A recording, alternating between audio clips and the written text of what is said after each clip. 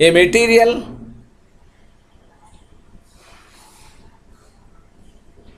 that should exhibit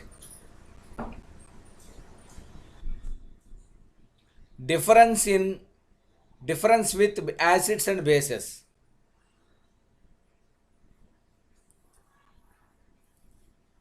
In color, smell, and reactivity is called chemical indicators.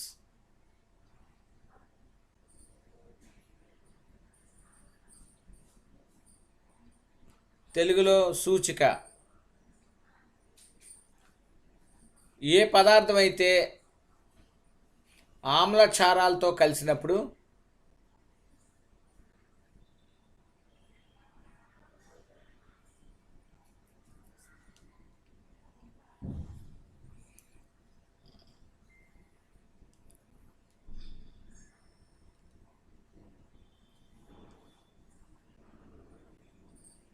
రంగులో కానీ వాసనలో కానీ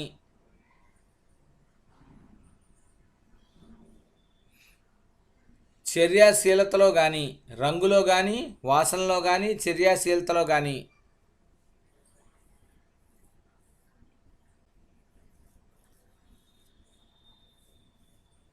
భిన్నత్వాన్ని ప్రదర్శిస్తుందో దాన్ని సూచిక అంటారు.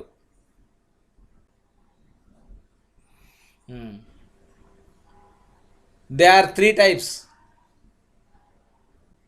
ఇవి 3 రకాలు.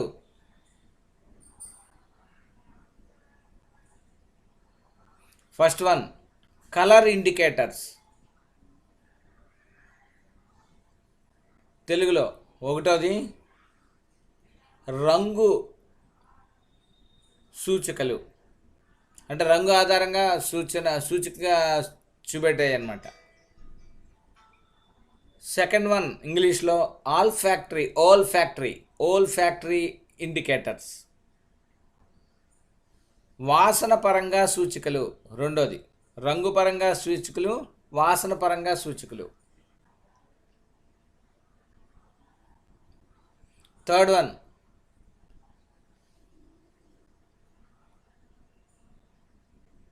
రియాక్టివిటీ ఇండికేటర్స్,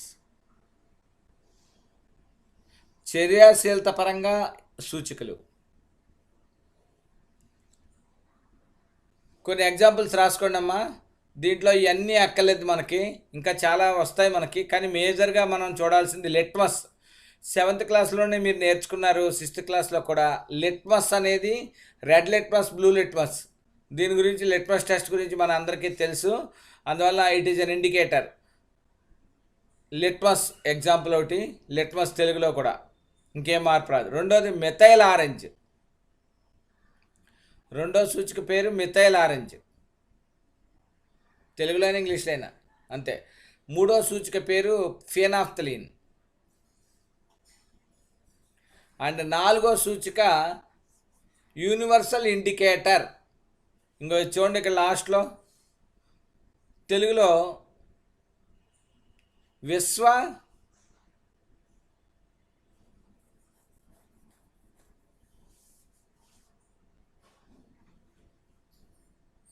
సూచిక.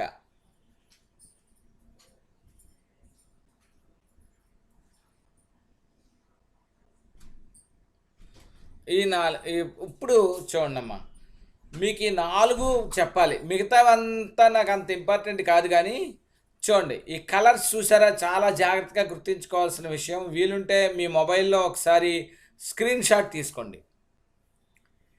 ఎందుకంటే ఈ స్క్రీన్ షాట్ వల్ల ఉపయోగం ఏంటంటే, మీరు ఈ స్లైడ్ ఫుల్ స్లైడ్ పెడతాను చూడండి ఒకసారి.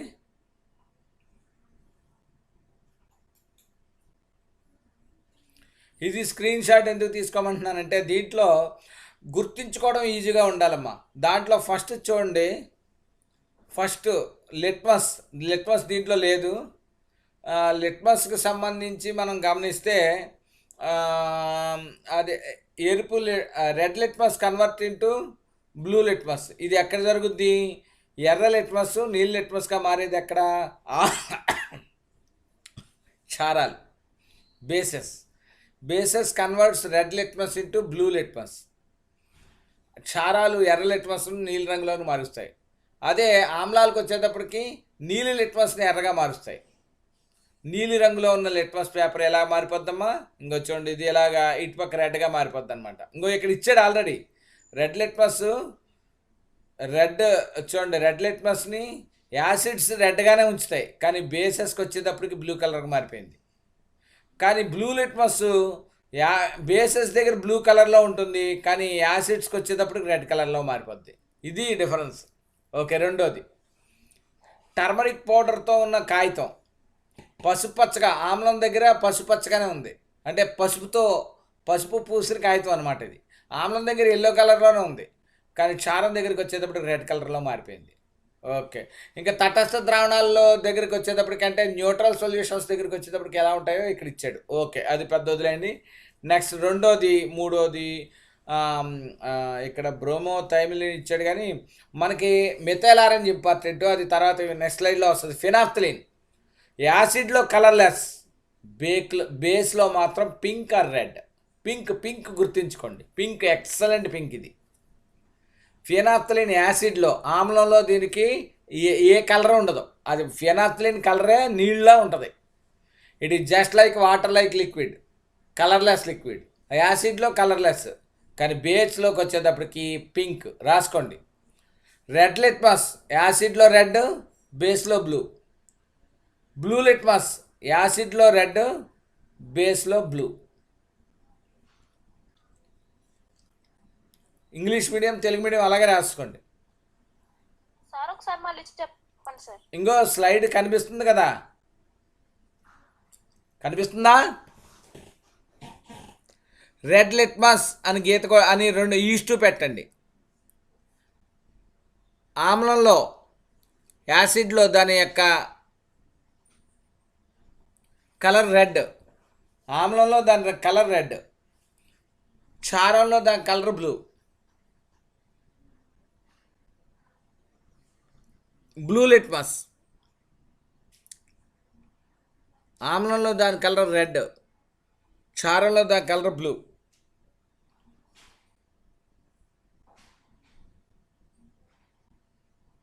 నెక్స్ట్ ఫినాఫ్థలిన్ యాసిడ్, ఆమ్లంలో దీనికి కలర్లెస్, బేస్లో పింక్, క్షారంలో దీని కలర్ పింక్.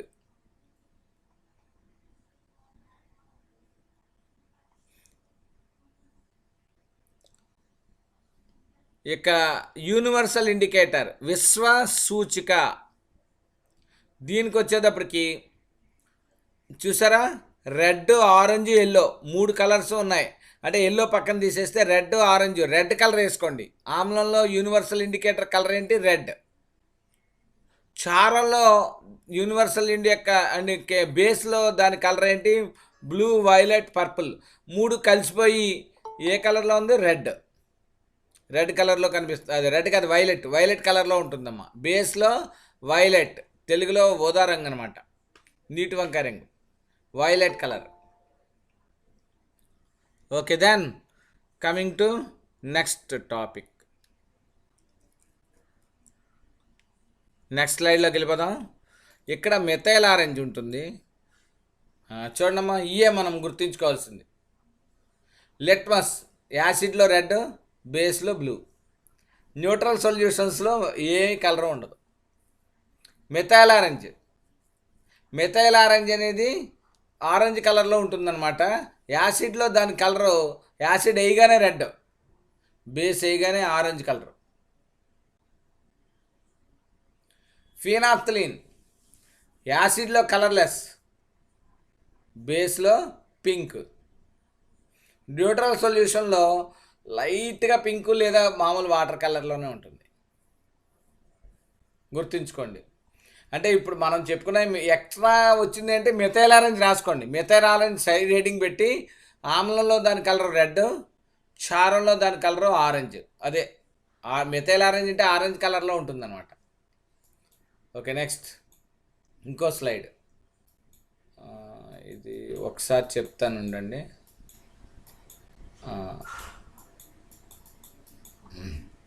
ఓకే. కొంత అవగాహన వచ్చే ఉంటది అనుకుంటున్నాను. అయినా ఒకసారి ఈ 2 స్లైడ్‌లతోనే క్లోజ్ చేసేసాను. ఇంకా చాలా స్లైడ్‌లు ఉన్నాయి గానీ, నేనే కావాలని క్లోజ్ చేసేసాను. ఇప్పుడు ఇంకా చాలా ఉన్నాయి. మధ్యలో ఉన్నాయి. ఇయన్నీ నేనే కావాలని క్లోజ్ చేసేసాను. అంటే కన్‌ఫ్యూజన్ ఎక్కువవుద్దని ఉద్దేశంతో మనకు అవసరమైందే మాత్రమే చూద్దాం. ఇంకా యాసిడ్ అండ్ బేసెస్ సొల్యూషన్స్. ఆమ్లం, క్షారం అసల ఈ రంగుల్ని ఇలాగా ప్రదర్శించడానికి కారణం ఏంటి? ఫర్ ఎగ్జాంపుల్ యాసిడ్ తీసుకున్నాం. యాసిడ్ ఎగ్జాంపుల్ ఏంటి? యాసిడ్ చూడమ్మా. హెచ్సిఎల్. హెచ్సిఎల్ ఆమ్లానికి వచ్చేటప్పటికి ఆ, ప్రతి ఆమ్లంలోనూ హెచ్ ఉంటుందమ్మా. హెచ్ అంటే ఏంటి?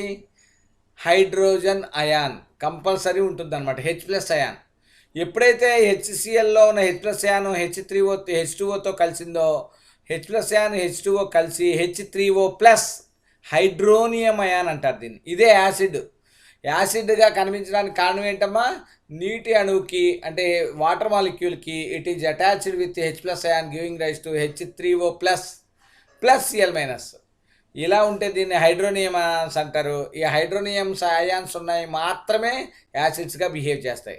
ఇండికేటర్స్ని అలా ఇస్తాయి. ఇంకా రెండోది చూడండి.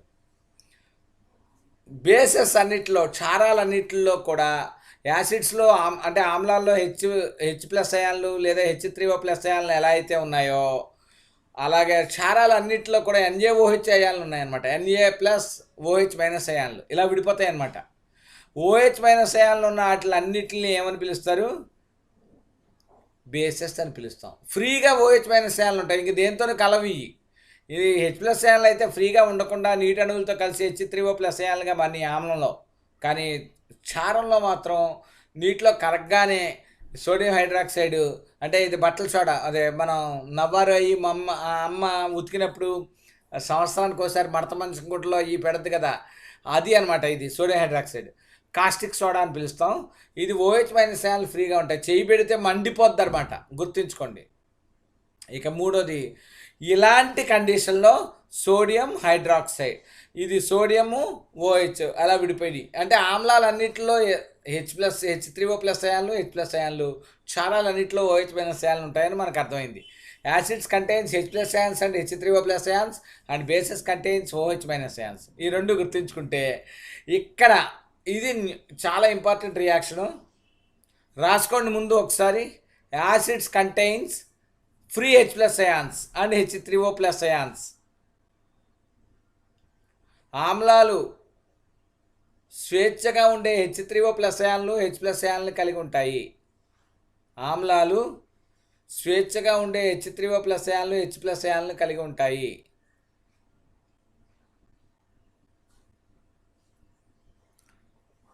నెక్స్ట్ పాయింట్, క్షారాలు స్వేచ్ఛగా ఉండే OH- అయాన్లు కలిగి ఉంటాయి. క్షారాలు స్వేచ్ఛగా ఉండే OH- అయాన్లు కలిగి ఉంటాయి. Bases contain free OH- ions.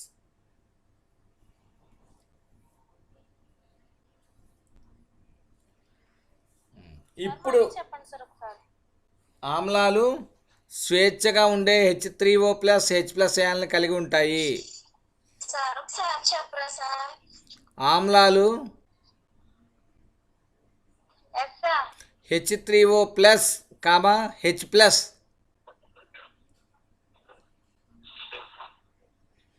కనిపిస్తున్నాయి కదా, స్క్రీన్ షేరింగ్ కనిపిస్తుందా? H3O+, H+ అయాన్లను కలిగి ఉంటాయి. అయాన్లను కలిగి ఉంటాయి. అయాన్లను కలిగి ఉంటాయి. క్షారాలు OH- అయాన్లను కలిగి ఉంటాయి. OH- అయాన్లను కలిగి ఉంటాయి. ఓకేనా?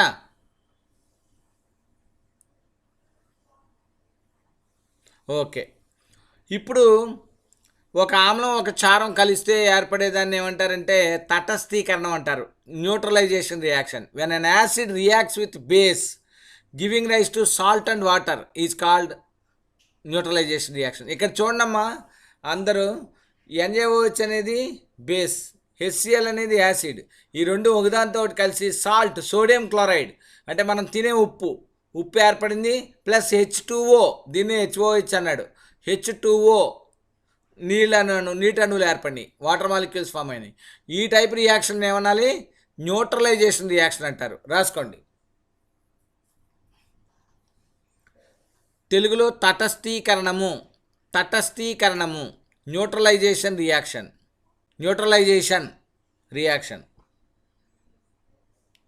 when an acid reacts with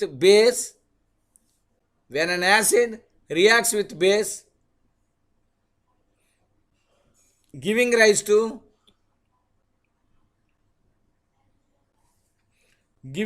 to salt and water is called neutralisation reaction. ఒక ఆమ్లము ఒక క్షారంతో సైడ్ హెడింగ్ తటస్థీకరణం అని పెట్టారు కదా, తెలుగులో రాసుకోండి. ఒక ఆమ్లము ఒక క్షారంతో కలిసి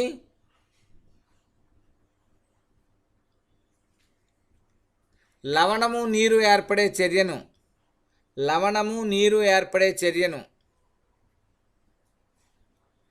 తటస్థీకరణము అంటారు.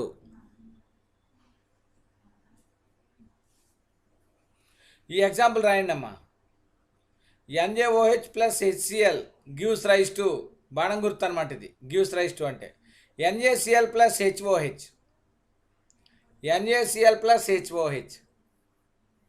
రాసేయండి అందరూ.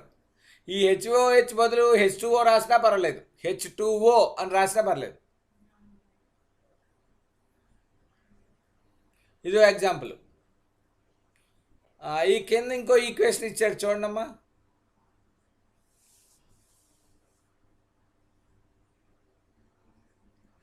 ఇది ఇచ్చాడు కానీ ఇది బేస్ అంటే క్షారంలో ఎలా నీటితో చర్య జరిపితే ఏ విధంగా వస్తుంది. OH మైనస్ యాన్లు ఫ్రీగా వచ్చినాయి. ఇది క్షారానికి సంబంధించిన చర్య, ఇది అక్కలేదు, రాసుకోక్కలేదు. ఓకే, ఇది చూడండి. ఇది ఆమ్లానికి సంబంధించిన చర్య, యాసిడ్కి సంబంధించిన చర్య.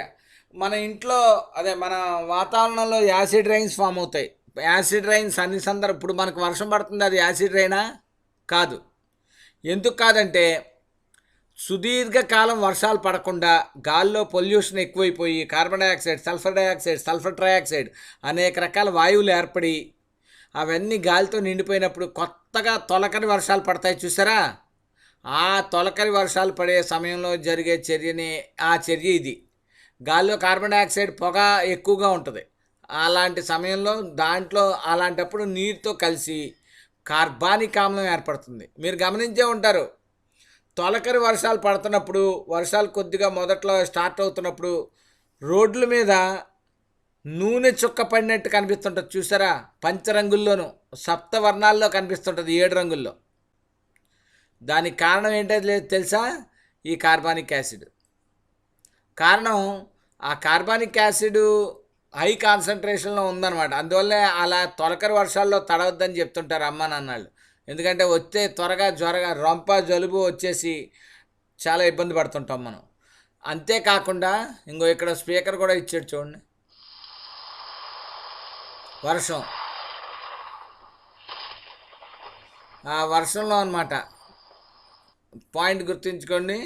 అందువల్లే ఇది కార్బానిక్ యాసిడ్. ఇంతే కాకుండా ఇంకొక ఇంపార్టెంట్ ఏంటంటే ఇది ఇంకెక్కడ ఉంటుందంటే జాగ్రత్తగా చూడండి. సోడాలో ఉండే రియాక్షన్ అంతా ఇదే.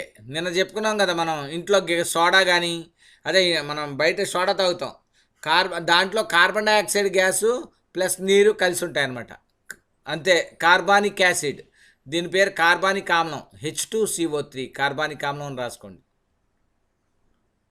ఓకే దాని తర్వాత ఇంకా మన డ్రింక్స్ అన్నిటిలో కూడా కార్బన్ డైఆక్సైడ్ థమ్స్అప్లో బాగా ఎక్కువగా ఉంటుంది, కోకోకోలాలో కూడా బాగా ఎక్కువగా ఉంటుంది, పెప్సీలో కూడా బాగా ఎక్కువగా ఉంటుంది. ఇక ఈ విధంగా యాసిడ్ రెయిన్స్, ఆమ్ల వర్షాలు కురవడం వలన మనం చాలా ఇబ్బందులు పడతాం. ముఖ్యంగా మొక్కలు చచ్చిపోతాయి, పంట పొలాల యొక్క ఆమ్లత్వం పెరిగిపోద్ది, నీటిలో పెరుగుతున్న చేపల జంతువులు ఆ ఆమ్ల వర్షం కురవడం వల్ల, యాసిడ్ రైన్ కురవడం వల్ల అవన్నీ పొల్యూట్ అయిపోయి ఎక్కువగా చచ్చిపోయే అవకాశం ఉంది. చెట్లు చచ్చిపోతాయి, భూమి సారవంతం కోల్పోద్ది. అందువల్ల ఏం చేయాలి మనం? భూ సారవంతం కోసం భూమి సారవంతమైన పరీక్ష, ఫెర్టిలిటీ ఆఫ్ ల్యాండ్ మనం టెస్ట్ చేయించుకుంటే దాంట్లో ఎసిడిటీ ఎక్కువ ఉండకూడదు. ఎసిడిటీ ఎక్కువ ఉండకూడదు, బెసిడిటీ ఎక్కువ ఉండకూడదు, ఆమ్లత్వం ఎక్కువ ఉండకూడదు, క్షారత్వం ఎక్కువ ఉండకూడదు. ఆమ్లత్వం ఎక్కువగా ఉందనుకోండి, అలాంటి దానికి జింక్ గుళికలు కలుపుతారు, జింక్ గ్రాన్యూల్స్ కలుపుతారు అనమాట, లేదా సున్నం కలుపుతారు. మట్టిలో అక్కడక్కడ సున్నపు ముద్దలు వేసేస్తారు. అది అక్కడ ఉన్న ఆమ్ల స్వభావం తగ్గిస్తుంది. జింక్ గుళికలు కలుపుతారు. ఈ విషయాలు గుర్తుంచుకోండి. అలాగే చేపలు చచ్చిపోవడం, తర్వాత మనకు అనేక రకాల చర్మ వ్యాధులు రావడం, మనకి వచ్చిన రోగాలు త్వరగా తగ్గకపోవడం, ఇలాంటి అన్నిటికీ కారణం అన్నమాట.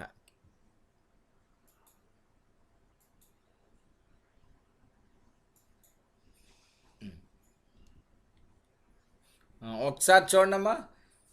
పి ఇప్పుడు మనం ఆమ్లమా క్షారమా చెప్పడానికి నిన్న మనం 7 కలర్స్ 7 0 నుంచి 14 దాకా పిహెచ్ గురించి చెప్పుకున్నాం.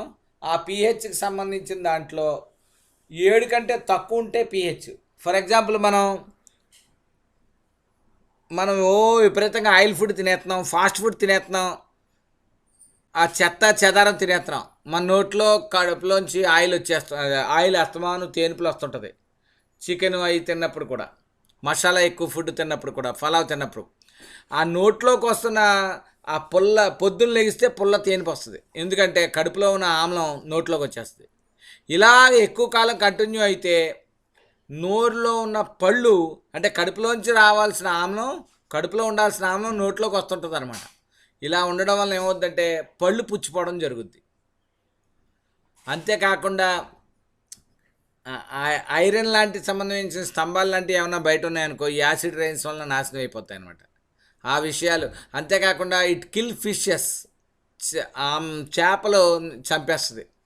అలాగే soil is affected by the pH value and kills the plants, sink holes తయారవుతాయి. అంటే ఆమ్ల వర్షాల వలన చెట్లు నాశనం అయిపోతాయి. తర్వాత భూమిలో చాలా రకాల సూక్ష్మజీవులు చచ్చిపోతాయి. భూమి యొక్క ఆమ్ల స్వభావం పెరిగిపోద్ది. పంటలు పండకుండా దీన్ని ఎస్సిరిఫికేషన్ అంటారు, ఎస్సిరీకరణం అంటారు, ఎస్సిరీకరణం అని పిలుస్తారు. ఎన్ఎస్లో 8th క్లాస్లో వచ్చింది, గుర్తుందో లేదో మరి మీకు. ఓకే, ఇంకో ఎగ్జాంపుల్స్ చూడండి. ఇక్కడ ఈ డయాగ్రామ్ కనిపిస్తుంది. ఇదంతా చూసారా? చెత్త అంతా తీసుకొచ్చి చూడండి, భూమి కుంగిపోయింది ఇక్కడ. అంటే భూమి కోతకు గురవుతుంది అనమాట ఈ ఆమ్ల వర్షాల వల్ల. చేపలు లాంటివి చచ్చిపోయినాయి, మొక్కలు చచ్చిపోయినాయి, పెద్ద పెద్ద భూమిలో గోతులు ఏర్పడిపోయినాయి. ఆమ్లం ఏం చేస్తుంది? తినేస్తుంది. ఆ చిన్న గొయ్యల్లా పెద్ద గొయ్యి కింద ఏర్పడిపోతుంది. తాజ్మహల్ నాశనం అయిపోవడానికి కారణం ఆమ్ల వర్షాలే. తాజ్మహల్ చాలా అందంగా ఉంటుంది, కానీ తాజ్మహల్ యొక్క అందం అలా ఉంచడం కోసం మక్రానా మార్బుల్తో తయారు చేసింది అనమాట. ఆ మార్బుల్స్తో తయారైంది, దాని కలర్ కోల్పోతుంటుంది. అప్పుడు దాన్ని మళ్ళీ స్లోగా దాన్ని ట్రీట్మెంట్ చేసి దాన్ని క్లియర్ అప్ చేయడం వలన మళ్ళీ ఇంకొంచెం చూడండి. ఇక్కడ ఇది గ్రీక్ దేశంలో ఉన్న గ్రేట్ సెంటినియల్ ఒలింపియాడ్ అంటారు.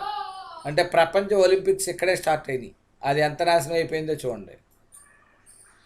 ఇది చూడండి, భూమిలో ఎలా పెద్ద గొయ్యి ఏర్పడిపోయింది. ఇవన్నీ రోడ్డు అంతా గుంతలు అయిపోయింది, చూసారా? భూమి కోతకు గురవడానికి కారణం అదే. ఇంకో ఇక్కడ చూడండి, సడన్గా రోడ్డు కట్ అయిపోయింది. న్యూట్రలైజేషన్ రియాక్షన్ ఇందాక మనం చెప్పాను. When an acid reacts with base giving rise to salt and water is called neutralisation reaction. తెలుగులో తటస్థీకరణము. ఒక ఆమ్లము ఒక క్షారంతో కలిసి లవణము నీరు ఏర్పడే ప్రక్రియను ఏమంటారు? తటస్థీకరణం అంటారు. ఎగ్జాంపుల్ ఆల్రెడీ ఇందాక ఎగ్జాంపుల్ ఇచ్చాడు, ఇప్పుడు ఎగ్జాంపుల్ రాసుకోండి. తటస్థీకరణం దగ్గర మళ్ళీ తటస్థీకరణం సైడ్ హెడింగ్ పెట్టి ఎగ్జాంపుల్ రాసుకోండి. H2SO4 సల్ఫ్యూరిక్ ఆమ్లము ప్లస్ NaOH సోడియం హైడ్రాక్సైడ్. ఇది ఆమ్లం, ఇది క్షారం. ఇది సల్ఫ్యూరిక్ ఆమ్లం, ఇది సోడియం హైడ్రాక్సైడ్ క్షారం. ఈ రెండు కలిసి చూడండి, ఈ NaOHలోనూ OH హెచ్2ఓలో ఉన్న ఒక హెచ్ కలిసి హెచ్2ఓగా బయటకు వచ్చేస్తుంది. ఎన్ఏఓహెచ్లో ఉన్న ఓహెచ్ హెచ్2ఎస్ఓ4లో ఉన్న ఒక హెచ్ కలిసి హెచ్2ఓగా బయటకు వచ్చేస్తుంది. అప్పుడు ఇంకేం మిగిలిన ఎన్ఏ, ఇక్కడ హెచ్ఎస్ఓ4, ఎన్ఏహెచ్ఎస్ఓ4, సోడియం హైడ్రోజన్ సల్ఫేట్ ప్లస్ నీరు. ఇది ఒక లవణంగా ఏర్పడింది అనమాట. సోడియం హైడ్రోజన్ సల్ఫేట్ ప్లస్ నీరు ఏర్పడి. చెప్పానుగా ఇందాక నేను డైజెషన్ పిహెచ్. మన బాడీలో పిహెచ్, మన శరీరం రక్తంలో పిహెచ్ 7.5, కొద్దిగా ఉప్పుగా ఉంటుంది, కొద్దిగా క్షార స్వభావం కలిగి ఉంటుంది, లైట్ వీక్లీ బేసిక్. అదే మనం తాగే నీటి యొక్క పిహెచ్ 6.5, అంటే కొద్దిగా ఆమ్ల స్వభావం కలిగి ఉంటుంది, లేదా 7 కరెక్ట్గా న్యూట్రల్గా. అంతేగాని విపరీతంగా దానికి మనం కడుపులోకి ఏమి వేస్తాం, నిమ్మకాయలు వేస్తాం, టమాటాలు వేస్తాం, భయంకరమైన ఆమ్లాలు వేస్తాం, క్షారాలు వేస్తాం, అన్నీ తినేస్తుంటాం. అప్పుడు కడుపులోకి వెళ్ళాక అది హైడ్రోక్లోరిక్ యాసిడ్గా కన్వర్ట్ అయ్యి అక్కడ కడుపులో మన డైజెషన్లో స్టమక్లో హైడ్రోక్లోరిక్ యాసిడ్ రిలీజ్ అవుద్ది, అక్కడ ప్రాబ్లం ఉండదు. కానీ అది హైడ్రోక్లోరిక్ యాసిడ్ తేనుపుల రూపంలోనూ పులితేనుపుల రూపంలోనూ నోట్లోకి వస్తే, అస్తమానం ఇలా వస్తే పళ్ళు పుచ్చిపోతాయి. ఇది important question. When the pH of our mouth is less than 5.5, then what will be happen అని అడుగుతాడు. అంటే మీ నోటి యొక్క pH 5.5 కంటే తక్కువ ఉన్నప్పుడు మీ పళ్ళు, మీ దంతాలు, మీ నోరు ఎలా ఉంటుంది? నోట్లో పుళ్ళు ఏర్పడతాయి, దంతాలు పుచ్చిపోతాయి, త్వరగా పళ్ళు దంతక్షయం అవుతాయి, tooth decay starts, caries forms. Caries అంటే పళ్ళు పుచ్చిపోవడం, పిప్పులు రావడం, and acidity of acid sores, mouth sores formed on the edges of the soft skin. నోట్లో పుళ్ళు ఏర్పడతాయి అన్నమాట. ఇంకా తినలేడు, అంత దారుణమైన పరిస్థితి. ఇక్కడ చూడండి, మన ఇంట్లో మన కడుపులో జరిగేది ఏంటి? పెద్ద పెద్ద అణువుల రూపంలో ఉన్న ఆహార పదార్థాలు, ఉడకబెట్టిన తర్వాత తిన్న ఆహార పదార్థాలు, డైరెక్ట్గా తిన్న ఆహార పదార్థాలు చిన్న చిన్న ముక్కలుగా అయిపోవడాన్ని డైజెషన్ అంటారు. కానీ దానికోసం మనం పళ్ళుని అటు ఇటు కొద్దిగా కదిపి శుభ్రంగా మ్యాస్టిగేషన్ చేసి చేస్తాం. చిన్న చిన్న ముక్కలుగా చేసి కడుపులో డైజెషన్ జరుగుద్ది. అనేక యాసిడ్స్ అవి అంతా కూడా బేసెస్ రిలీజ్ అయ్యి శుభ్రంగా లివర్ నుంచి ఏమో బైల్ జ్యూస్ వస్తుంది, అంటే కాలేయం నుంచి పైత్యరసం వస్తుంది. ఈ పైత్యరసం మనకేం చేస్తుంది? కడుపులో క్షార స్వభావాన్ని కలిగజేస్తుంది, అంటే బేస్, చాలా స్ట్రాంగ్ బేస్. అదే దాన్ని చేదుకట్టు అంటారు కదా, చేపలో తీసేస్తారు, అలాగే చికెన్లో కూడా తీసేస్తారు. దీన్ని పిత్తాశయం, గాల్ బ్లాడర్ తీసేస్తారు. అదే కడుపులో స్టమక్లోనేమో, అంటే కాలేయంలో ఉత్పత్తి అయ్యే పైత్యరసంలో, అంటే బైల్ జ్యూస్లో చాలా స్ట్రాంగ్ బేసిక్ నేచర్ ఉంటుంది. కడుపులో ఉత్పత్తి అయ్యే స్టమక్ జ్యూస్లో, అంటే జఠరసంలో విపరీతమైన యాసిడిటీ ఉంటుంది, హైడ్రోక్లోరిక్ యాసిడ్. ఈ రెండు న్యూట్రలైజ్ చేసి ఆహారాన్ని శుభ్రంగా ఎమల్సిఫై చేసి, ఎమల్సీకరణం చేసి చిన్న చిన్న ముక్కలుగా చేసాక చిన్న పేగుల్లోకి వెళ్ళి అది డైజెస్ట్ అయినట్టు కనిపిస్తుంది. ఇక్కడ చూడండి,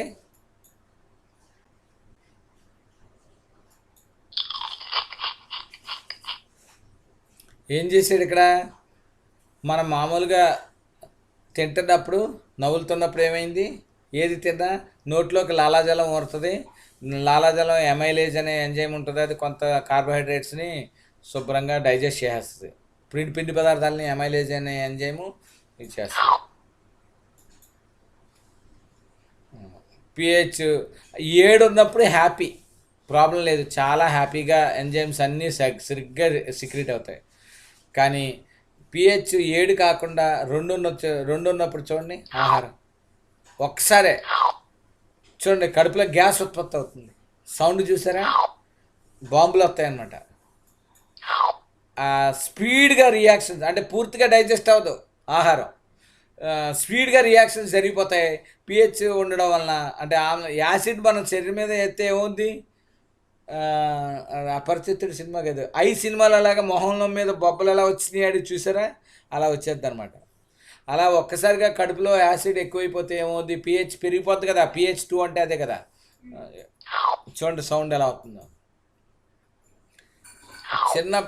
అదే పిహెచ్ 8 ఉంటే కడుపులో అప్పుడు అంత తిన్న ఆహార పదార్థం అంతా స్లోగా జాగ్రత్తగా డైజెస్ట్ అయ్యి లోపల చిన్న పేగుల్లోకి వెళ్ళి రక్తంలో కలుస్తుంది, హ్యాపీగా ఉంటుంది. అంటే మన శరీరంలో రక్తం యొక్క పిహెచ్ 8 ఉండాలి కాబట్టి ఆ స్థితికి వెళ్ళాలి. అలా కాకుండా పిహెచ్ 2 ఉందనుకోండి, అదే బ్లడ్లో కలిసిపోతుంది అనుకోండి, అప్పుడు బ్లడ్ అంతా యాసిడ్ అయిపోద్ది. అందువల్లే చూడండి, మీ అమ్మ నాన్నలకి సాయంత్రం వచ్చాక, పని చేసి వచ్చాక చేతుల నొప్పులు, కాళ్ళ నొప్పులు, ముఖ్యంగా ముడుకుల నొప్పులు, జాయింట్ల నొప్పులు, ఆ తర్వాత యూరిక్ యాసిడ్ వచ్చేసింది, ఇక్కడ క్రిస్టల్స్ చేరిపోయినాయి, కాళ్ళు కరకరలాడిపోతున్నాయని, ఎర్రగా తయారైపోతున్నాయని బాధపడిపోతుంటారు చూడండి. రొమాంటిజం వచ్చేసిందని చెప్తారు, మందులు వాడతారు. వాటి బదులు మసాలా ఫుడ్ తగ్గించేసి పిహెచ్ తగ్గించేస్తే గ్యాస్ట్రిక్ ప్రాబ్లం తగ్గిపోతే ఆటోమేటిక్గా మనిషి ఆరోగ్యంగా తయారైపోతాడు. ఈ విషయం గుర్తుంచుకోండి. చూసారా, ఇక్కడ తిన్న ఆహార పదార్థం చిన్న పేగుల్లోకి వచ్చాక చిన్న పేగుల్లో పుండు ఏర్పడకూడదు. అలా ఏర్పడకుండా ఉండాలి అంటే మనం ఏం చేయాలి చూడండి. ఇది గాల్ బ్లాడర్, పిత్తాశయం. ఇదేమో ఇక్కడ జీర్ణాశయంలో హై కాన్సన్ట్రేషన్ ఆఫ్ యాసిడ్, ఆమ్లం ఎక్కువగా ఉంటుంది. ఇక్కడ గాల్ బ్లాడర్లో ఈ కాలేయం నుంచి వస్తున్న బైల్ జ్యూస్ అంటే పిత్తాశయంలో పైత్యరసం, ఈ కాలేయం నుంచి వస్తున్న పైత్యరసం హై కాన్సన్ట్రేషన్లో బేస్ అంటే క్షారాన్ని కలిగి ఉంటుంది. ఈ రెండు న్యూట్రలైజ్ చేసి చిన్నపేగుల్లో లైట్గా వీక్ బేసిక్ నేచర్ ఉండేటట్లు. అందువల్లే చూడండి, ముందు ఆమ్లం తర్వాత క్షారం వచ్చి క్షారం ఉండే పరిస్థితిని కలిగజేస్తుంది అన్నమాట. చూడండి, అప్పుడప్పుడు మనం వర్షాకాలంలో ఎక్కువ బ్లీచింగ్ పౌడర్ కలిపినప్పుడు చేపల వాసన వచ్చినట్టు వస్తుంది నీళ్ళు. దానికి కూడా కారణం ఇయ్యే. ఓకే, పిహెచ్ ఎక్కువగా ఉండడం వల్ల అనమాట. Situations of pH control. మనం పిహెచ్ని ఏ విధంగా కంట్రోల్ చేయాలి? హార్ట్ పిహెచ్ ఎక్కువైపోతే ఏమవుద్ది, మనకి గుండెల్లో నొప్పి వస్తుంది, heart burn. Next planting vegetables and flowers. అంటే మనకి ఈ చుట్టూ ఉన్న వాతావరణంలో ఎక్కువ మొక్కలు నాటాలి. ఫిష్ ట్యాంక్స్, పాండ్స్ నాశనం అయిపోతాయి. పిహెచ్ ఎక్కువైతే మన ఈ మొక్కలు నాశనం అయిపోతాయి, ఫ్లవర్స్ నాశనం అయిపోతాయి. ఫ్లవర్స్ పుయ్యవు అసలు. ఫిష్ ట్యాంక్లో ఉన్న పాండ్స్లో ఉన్న చేపలు చచ్చిపోతాయి. బ్లడ్ కూడా ఎసిడిటీ పెరిగిపోయి బ్లడ్ థిక్ అయిపోద్ది, చాలా రకాల రోగాలకి కారణమవుతూ ఉంది. ముఖ్యంగా మోషన్ ప్రాబ్లం వచ్చేస్తుందిరా, గుర్తుంచుకోండి. తర్వాత గ్యాస్ట్రిక్ ట్రబుల్ వల్ల మోషన్ ప్రాబ్లం, పైల్స్, మూల సంఖ్య వస్తుంది. ఆ తర్వాత అక్కడితో ఆగిపోకుండా మూల సంఖ్యలో బ్లడ్ పడే అవకాశం ఉంది. అక్కడితో ఆగిపోకుండా జాయింట్ పెయిన్స్, రొమాంటిక్ పెయిన్స్, తర్వాత ఎంత దాకా వెళ్ళిపోద్ది అంటే మోకాలు చిప్ప, కార్టిలేజ్ ట్రాన్స్ప్లాంటేషన్ కూడా చేయాల్సిన పరిస్థితి ఏర్పడుతుంది. స్విమ్మింగ్ పూల్స్ కూడా నాశనం అయిపోతాయిరా. అక్కడంటే మన ఫారెన్లో ఎక్కువ స్విమ్మింగ్ పూల్స్ వాడతారు, మనకు కాదు. ఇంకా చూడండి, ఇప్పుడు సాల్ట్స్ గురించి చెప్పుకుంటున్నాం. సాల్ట్స్లో అనేక రకాల సాల్ట్స్ ఒకసారి చూడండి. సాల్ట్ అంటే ఏంటి? ఆమ్లం, క్షారం రెండు కలవడం వల్ల ఏర్పడే పదార్థాన్ని సాల్ట్ అంటాం. లవణం అంటే ఆమ్లము, క్షారము రెండు కలిసి ఏర్పడేదాన్ని ఏమంటారు? లవణం అంటారు. ఆమ్లము, క్షారము సగం ఒకదానితో కలిసి లవణము, నీరు ఏర్పడతాయి. దీంట్లో ఆమ్లంలో నెగిటివ్ అయాను, క్షారంలోని పాజిటివ్ అయాను కలుస్తాయి. అర్థమైందా?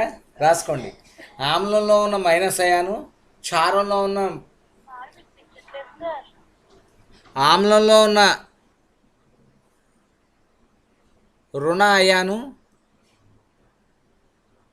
క్షారంలో ఉన్న ధన అయాన్లు కలిసి లవణం ఏర్పడతాయి.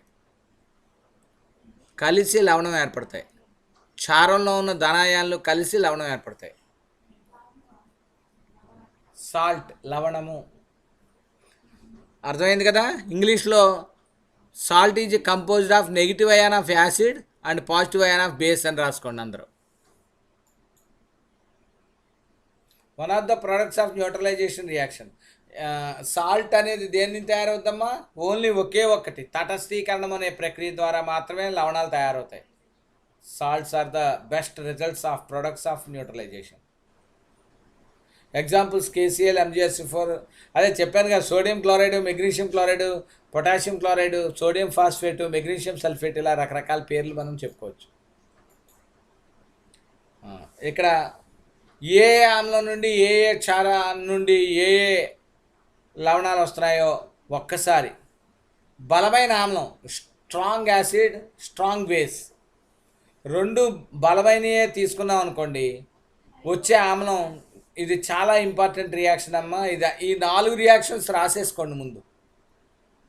ఏ ఇంగ్లీష్లో వాళ్ళు, తెలుగులో వాళ్ళు కూడా ఇంకా స్ట్రాంగ్ అంటే బలం, ఇక్కడ స్ట్రాంగ్ అంటే బలం, న్యూట్రల్ అంటే తటస్థం అని రాసుకుని ఆ ఈక్వేషన్ వేసుకోండి. వీక్ అంటే మాత్రం బలహీనం, స్ట్రాంగ్ అంటే బలం, వీక్ అంటే బలహీనం.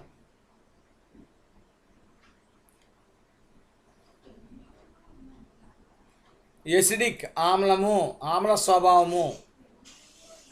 బేసిక్ క్షార స్వభావము. న్యూట్రల్ అంటే తటస్థం. ఈ టేబుల్ మొత్తం వేసుకోండి అలాగా. స్ట్రాంగ్ అంటే బలమైంది, వీక్ అంటే బలహీనమైంది, న్యూట్రల్ అంటే తటస్థమైంది, ఎసిడిక్ అంటే ఆమ్లమైంది, బేసిక్ అంటే క్షారమైంది.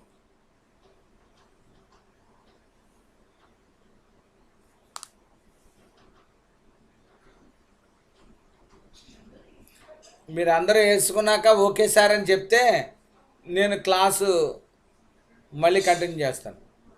చివరికి వచ్చేసాం.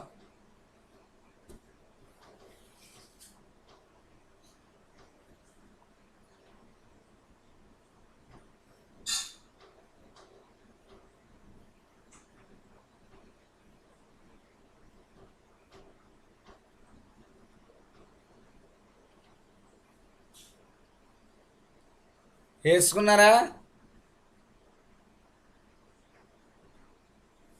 రాసేస్తే ఓకే సార్ అని చెప్పండి వాయిస్ ఓపెన్ చేసి, ఎందుకంటే మీరు ఎవరో కనిపించరు నాకు. నేను స్క్రీన్ షేరింగ్లో ఉన్నా.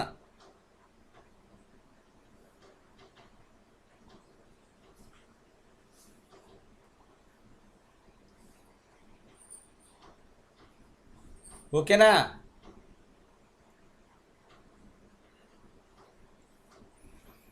చూడండమ్మా, ఆమ్లము బలమైనది తీసుకుని క్షారము బలమైనది తీసుకుంటే ఏర్పడే salt sodium hydroxide, hydrogen chloride, hydrochloric acid రెండు కలిసి సోడియం క్లోరైడ్. తటస్థమైన అంటే రెండు బలమైనవి కాబట్టి చాలా న్యూట్రల్ అంటే తటస్థంగా ఏ రకమైన ఆమ్లం రాదు, క్షారం రాదు, రెండింటికి సమానంగా ఉండే తటస్థమైన లవణం ఏర్పడుతుంది NaCl, సోడియం క్లోరైడ్. ఉప్పు మనం తినేది అది ఆమ్లం కాదు, క్షారం కాదు, రెండు తటస్థంగా ఉంటుంది. అలా కాకుండా సెకండ్ కేసులో ఆమ్లం బలమైంది తీసుకుని క్షారం బలహీనమైంది తీసుకున్నాం అనుకోండి, అప్పుడు ఏది బలమైంది? ఆమ్లం. ఆమ్లం బలమైంది కాబట్టి ఆమ్ల స్వభావం కలిగిన లవణం ఏర్పడుతుంది. ఎగ్జాంపుల్ చూడండి, HCl బలమైంది, NH4OH బలహీనమైన ఆమ్లం, బలహీనమైన క్షారం. ఈ రెండింటిలో ఏర్పడిన లవణం NH4Cl, అమోనియం క్లోరైడ్ అనేది బలహీనమైన క్షారం నుంచి తయారు చేయింది కాబట్టి ఇది అమోనియం క్లోరైడ్ అనేది ఆమ్ల స్వభావం కలిగిన పదార్థం, ఆమ్ల స్వభావం కలిగింది అనమాట, ఎసిడిక్. ఇక మూడో కేసు తీసుకోండి, వీక్. ఆమ్లం బలహీనమైనది తీసుకున్నాం, క్షారం బలమైనది తీసుకున్నాం. అప్పుడు ఏది బలమైంది రెండిట్లో? క్షారం. అందువల్లనే ఏర్పడే పదార్థం సాల్ట్ కూడా ఏ పద్ధతిలో ఉందమ్మా? క్షార స్వభావం కలిగి ఉంది. ఎసిటిక్ యాసిడ్, సోడియం హైడ్రాక్సైడ్ రెండు కలిస్తే సోడియం ఎస్టేట్ CH3COONA. ఇది బలహీనమైన ఆమ్లం వలన ఏర్పడింది కాబట్టి ఇది క్షార స్వభావం కలిగి ఉంటుందన్నమాట. ఇక లాస్ట్ అండ్ ఫైనల్, ఆమ్లము బలహీనమైందే, క్షారము బలహీనమైందే. అప్పుడు ఏర్పడే లవణం మాత్రం రెండు బలహీనమైనవి కాబట్టి తటస్థంగా ఏర్పడుతుందనే విషయాన్ని చెప్పాడు. ఎగ్జాంపుల్, ఎసిటిక్ ఆమ్లము CH3COOH, NH4OH, అమోనియం హైడ్రాక్సైడ్ రెండు కలిసి CH3COONH4 అంటే అమోనియం ఎస్టేట్ అనే పదార్థం ఏర్పడుతుంది, నీరు ఏర్పడతాయి. ఇది తటస్థమైన పదార్థం. ఇంకా మనం యాసిడ్స్, రకరకాల పదార్థాలు ఉన్నాయి చూడండి. వాషింగ్ సోడా మన ఇంట్లో వాడుకునే పదార్థాలు ఇవన్నీ. Baking soda, bleaching powder, plaster of Paris, ఈ 4 చాలా ముఖ్యం. ఈ టేబుల్ కూడా చాలా ముఖ్యమైనది, రాసేసుకోండి ముందు. చాలా ముఖ్యం, మొత్తం ఆన్సర్లన్నీ దీంట్లోనే ఉంటాయి.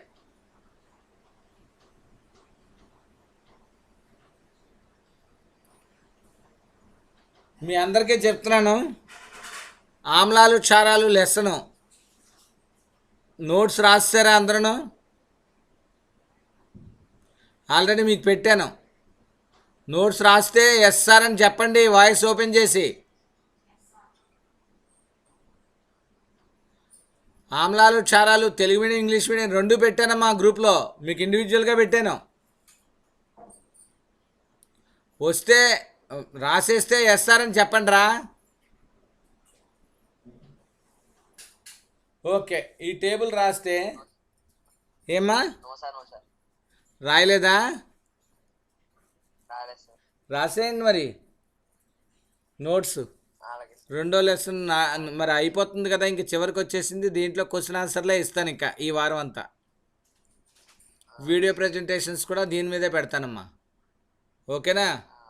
ఓకే, తెలుగు మీడియం పెట్టాను రా, మళ్ళీ పెడతానులే. చెప్పమ్మా చెప్పమ్మా. ఏది కట్ అయింది? ఓహో, ఫస్ట్లో పెట్టిన వీడియోనా? అది వీడియో కట్ అయిపోయింది అనుకోకుండా పెట్టిన, అది కాదురా, నోట్స్ పెట్టాను. ఆ నోట్స్ రాసేయండి అంటున్నా. ఓకేనా బాబు? ఓకే, అలాగే. ఓకే, మళ్ళీ ఒకసారి మళ్ళీ మీకు రెండు గ్రూప్లో పోస్ట్ చేస్తాను, మీరేం కంగారు పడొద్దు. ఏ నోట్స్ రాయాలో ఇవాళే పెట్టేస్తాను ఇప్పుడు ఈ క్లాస్ అయిన తర్వాత. ఇప్పుడు చెప్పు. ఇప్పుడు ఫైనల్కి వచ్చాం. వాషింగ్ సోడా అంటే బట్టల సోడా, మనం ఉతికే సోడా అనమాట, బట్టలు ఉతికే సోడా. దీని పేరేంటి?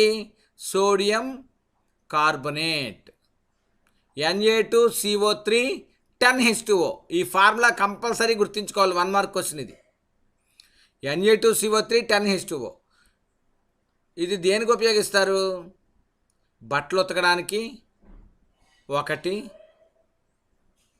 బొరాక్స్ అనే పదార్థాన్ని తయారు చేయడానికి, కాస్టిక్ సోడా సోడియం హైడ్రాక్సైడ్ పదార్థం తయారు చేయడానికి, సాఫ్టనింగ్ ఆఫ్ హార్డ్ వాటర్ అంటే చూడండి కఠిన జలం ఉంటుంది, సబ్బులో నొరగరాదు చూడండి, ఆ నీటిలో సబ్బు నొరగరాదు, ముక్కలు ముక్కలు పేస్ట్ అయిపోయినట్టు ఉంటుంది. అలాంటి హార్డ్ వాటర్ని మనం తాగే వాటర్గా మార్చడానికి కూడా సోడియం కార్బొనేట్ వాషింగ్ సోడాని కొద్దిగా కలుపుతాం అన్నమాట. ఇప్పుడంటే కొత్త విధానాల్లో అనేక రకాల విధానాలు వచ్చినాయి, అందువల్ల ఇది పక్కన ఉంచితే పాతకాలంలో ఇది పనిచేసేవారు. ఓకే, ఇక నెక్స్ట్ రెండోది బేకింగ్ సోడా. దీన్నే వంట సోడా, కడుపు నొప్పి సోడా అని కూడా పిలుస్తారు. కడుపు నొప్పి వస్తున్నప్పుడు తీసుకుంటారు, కానీ అది మంచిది కాదమ్మా. డైజిన్ జెల్ లాంటి MgSO4 చెప్పాను కదా, sodium carbonate MgCO3 sodium carbonate, అది మనకి డాక్టర్ ప్రిస్క్రైబ్ చేసిన బాటిల్లో ఉన్నది ఇంపార్టెంట్. NaHCO3 దీని ఫార్ములా సోడియం హైడ్రోజన్ కార్బొనేట్ అని పిలుస్తారు. దీని యొక్క ఉపయోగాలు ఏంటంటే యాంటాసిడ్, ఇది కడుపులో మంట వస్తున్నప్పుడు తగ్గిస్తుంది. Ingredients of baking powder. చూడండి, బేకింగ్ పౌడరు ఇంట్లో రొట్టెలు తయారు చేయడానికి, కేకులు తయారు చేయడానికి, బిస్కెట్లు తయారు చేయడానికి ఈ బేకింగ్ పౌడర్ అవసరం అన్నమాట. పకోడీ తయారు చేసేటప్పుడు, బజ్జీలు తయారు చేసేటప్పుడు బాగా గుల్లగా రావడం కోసం, ఉబ్బడం కోసం ఏం చేస్తారమ్మా? ఈ బేకింగ్ పౌడర్ కలుపుతారు. నెక్స్ట్ మూడోది బ్లీచింగ్ పౌడర్. ఇది చాలా ముఖ్యం. కాల్షియం ఆక్సీక్లోరైడ్ దీని ఫార్ములా, పేరు కూడా ఇంపార్టెంట్ అమ్మా, CaOCl2 కాల్షియం ఆక్సీక్లోరైడ్. ఈ బ్లీచింగ్ పౌడర్ దేనికి ఉపయోగిస్తారు? మనం బట్టలు తయారు చేసేటప్పుడు బ్లీచింగ్ ఏజెంట్గా ఉపయోగిస్తారు. బ్లీచింగ్ అంటే తెలుగులో విరంజన చూర్ణము. విరంజనము అంటే రంజనం లేకుండా చేసేది, అంటే రంగు లేకుండా చేసేది. విరంజన చూర్ణము అంటారు తెలుగులో. బ్లీచింగ్ పౌడర్ అంటే రంగులు పనికిరా చెత్త రంగులన్నీ అంటుపోయి ఉన్నాయనుకో, దాన్ని ఒక్కసారిగా వైట్ క్లాత్లో మార్చేయడం కోసం బ్లీచింగ్ పౌడర్ ఉపయోగిస్తారు. అంతేకాకుండా బ్లీచింగ్ పౌడర్ బాగా ఉపయోగిస్తారు, మీకు ఎక్కడో తెలుసు కదా, రాజకీయ నాయకులు కానీ మీటింగ్లు కానీ జరుగుతుంటే, ఇప్పుడు మరి కరోనా ఎఫెక్ట్ వలన ఎక్కడ పడితే అక్కడ సున్నం కొట్టేస్తున్నారు చూసారా, బ్లీచింగ్ పౌడర్ ఇదే. చేతులు కడుక్కోవడానికి, తర్వాత అప్పుడు చూడండి రోడ్లన్నీ శుభ్రం చేసేది, కాలువల పక్కన కొట్టేది అంతా ఏంటమ్మా? బ్లీచింగ్ పౌడరే. It is a best oxidising agent and disinfectant అంటే సూక్ష్మ క్రిములను చంపేసేది అనమాట. అన్నిటికన్నా ముఖ్యం క్లోరోఫామ్ తయారు చేయడానికి ఉపయోగిస్తారు. మ్యానుఫ్యాక్చర్ ఆఫ్ క్లోరోఫామ్ చాలా ముఖ్యం ఇది. And last and final plaster of Paris. తెలుసు కదా, సిమెంట్ కట్టేస్తారు కదా మనకి, కాళ్ళు కానీ చేతులు కానీ ఇరిగిపోయినప్పుడు ఆ సిమెంట్ కట్టేసే పౌడర్ పేరేంటి? Plaster of Paris. ఇది ప్యారిస్లో మొట్టమొదటి తయారు చేశారు కాబట్టి ప్లాస్టర్ ఆఫ్ ప్యారిస్ అని వచ్చింది. దాని formula calcium sulphate hemihydrate CaSO4 half H2O. ఇది very very very very important. Half 1/2 H2O, సగం నీటి అణువే అనమాట. CaSO4 హాఫ్ H2O, హెమీహైడ్రేట్ అంటారు దీన్ని. చాలా ముఖ్యం. దేనికి ఉపయోగిస్తారు? Plastering of fractured bones. చెప్పాను కదా, ఎముకలు ఇరిగిపోయినప్పుడు పైన కట్టడానికి ఉపయోగిస్తారు. అంత కట్టేసి దాని మీద పేస్ట్లా పాముతారు అనమాట కదలకుండా. మేకింగ్ ఆఫ్ టాయ్స్, బొమ్మలు తయారు చేయడానికి ఉపయోగిస్తారు. ముఖ్యంగా రేపు వినాయక చవితి వచ్చింది, ఈ ప్లాస్టర్ ఆఫ్ ప్యారిస్తో తయారు చేసిన బొమ్మలు వాడతారా? రెస్పాండ్ అవ్వండి వాయిస్ ఓపెన్ చేసి. మట్టి బొమ్మలను వాడతారా? వినాయక చవితి పూజల్లో మనం మట్టి బొమ్మలు వాడాలా, ప్లాస్టర్ ఆఫ్ ప్యారిస్ తెల్లని బొమ్మలు వాడాలా, తెల్లని శుద్ధతో తయారు చేసిన బొమ్మలు వాడాలా? చెప్పండిరా. ఓకే, ఆ ప్లాస్టర్ ఆఫ్ ప్యారిస్ బొమ్మలు అనమాట ఇవన్నీ. అలాగే ఇంకా ఇంట్లో డెకరేటివ్ ఐటమ్స్ దానికి రంగులు వేసి రకరకాలు చేస్తారు, బొమ్మలు అవి తయారు చేయడానికి ఉపయోగిస్తారు. ఓకే, ఇక లాస్ట్ అండ్ ఫైనల్ చివరికి వచ్చేసాం మనం.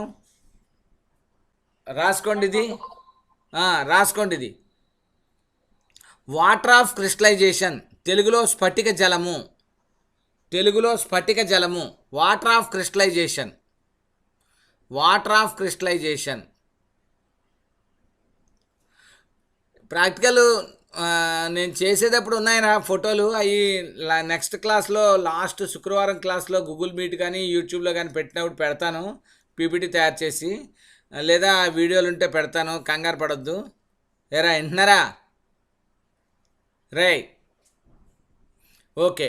ఇప్పుడు ఈ ప్రయోగం చేసేటప్పుడు, ఈ ప్రయోగం ఎలా అంటే, ఒక బున్సెన్ బర్నర్ అంటే స్పిరిట్ ల్యాంప్ తీసుకుంటాం, అదే సారాయి దీపం తీసుకుంటాం. దాని మీద టెస్ట్ ట్యూబ్లో కాపర్ సల్ఫేట్, బ్లూ ఆకుపచ్చ రెండు కలిసిన నెమలకంఠం రంగులో ఉన్న ఒక సాల్ట్ ఉంది.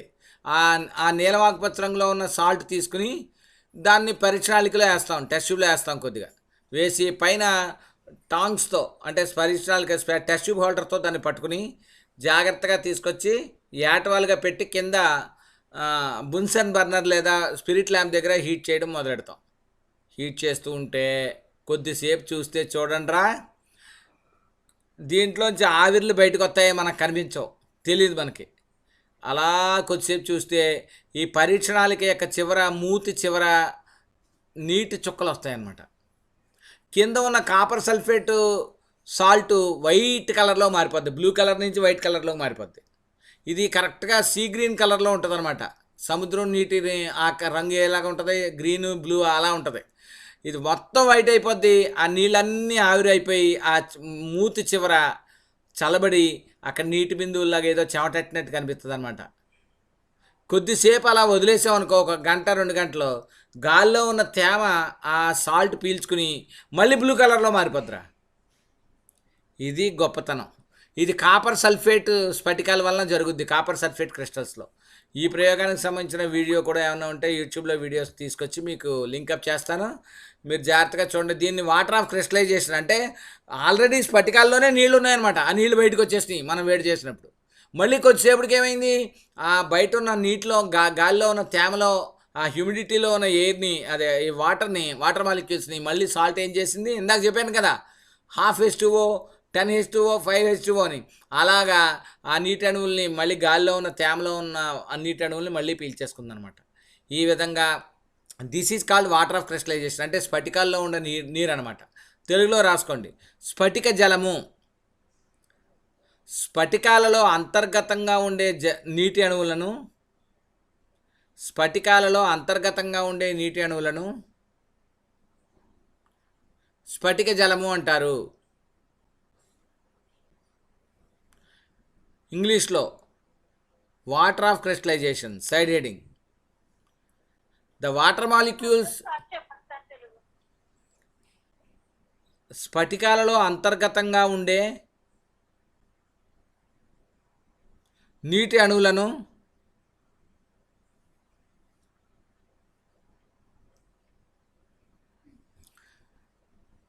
స్ఫటిక జలము అంటారు. సార్ మళ్ళీ స్ఫటికాలలో అంతర్గతంగా ఉండే నీటి అణువులను స్ఫటిక జలము అంటారు. ఇంగ్లీష్లో రాసుకోండి.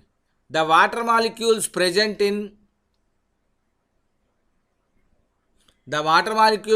ఇన్సైడ్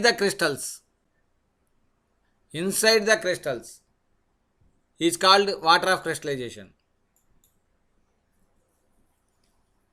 ఒక్కసారి మనం పవర్ పాయింట్ ప్రజెంటేషన్లోంచి